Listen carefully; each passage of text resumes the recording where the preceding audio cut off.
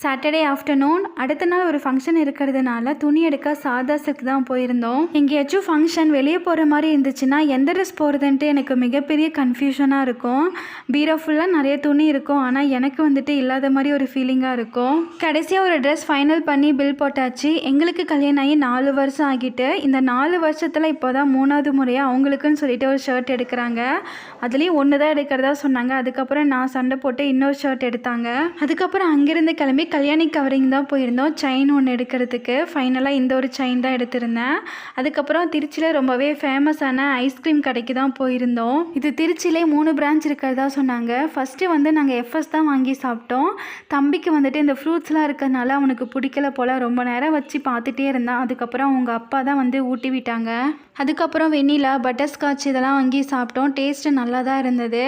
வரும் வழியிலேயே தம்பி அப்படியே பைக்லேயே வந்து படுத்து தூங்கிட்டான்.